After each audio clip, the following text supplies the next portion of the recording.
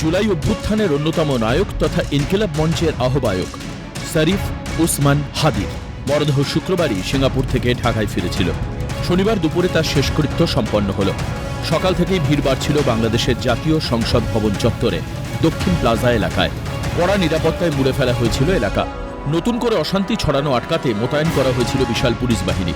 দুপুর 2টা নাগাদ শুরু হয় হাদিকে নিয়ে শেষ যাত্রা। তার আগে হাদির মৃত্যুতে বাংলাদেশের জাতীয় সংসদ ভবন চত্বরে প্রার্থনার আয়োজন করা হয়। ঢাকা বিশ্ববিদ্যালয়ের কেন্দ্রীয় মসজিদে বাংলাদেশের জাতীয় কবি কাজী নজরুল ইসলামের কবরের পাশেই কবর দেওয়া হয় হাদিকে।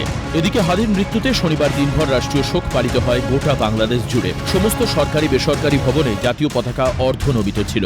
শোকের আবহের মধ্যেও হাদির মৃত্যুতে ক্ষোভে ফুঁসছে বাংলাদেশ। চলছে টানা স্লোগানিং, বাড়ছে ভারত বিরোধিতা। ঢাকার দীর্ঘদিনের বন্ধু নয়াদিল্লি। প্রশ্ন উঠছে, বাংলাদেশের অন্দরে ভারত বিরোধিতা বৃদ্ধির কারণ কি? পাক সখ্যতা? হাসিনা পরবর্তী বাংলাদেশে কি সক্রিয় হয়ে উঠেছে পাক গুপ্তচর সংস্থা আইএসআই? সক্রিয় হয়েছে রাজাকার, মৌলবাদীরা? দেখুন, গত 16 মাস যাবৎ বাংলাদেশ ইতিহাসকে ম্লান করে দিশায়ের এজেন্টরা এখন বাংলাদেশের এর কর্মকর্তারা যাচ্ছে আসতেছে এবং আমরা শুনছি তাদের ফান্ডিং দ্বারাই যে জঙ্গির গোষ্ঠী।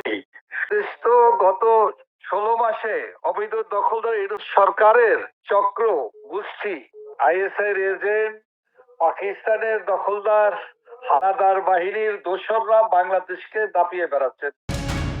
হাসিনার বাংলাদেশ ত্যাগের পরই পদ্মাপাড়ে মৌলবাদীদের তাণ্ডব লক্ষ্য করা গিয়েছিল। হাদির মৃত্যুর পরেও আরও এক দফা তাণ্ডবের ছবি ধরা পড়েছে। বাদ পড়েনি সংবাদ মাধ্যমের দপ্তরও।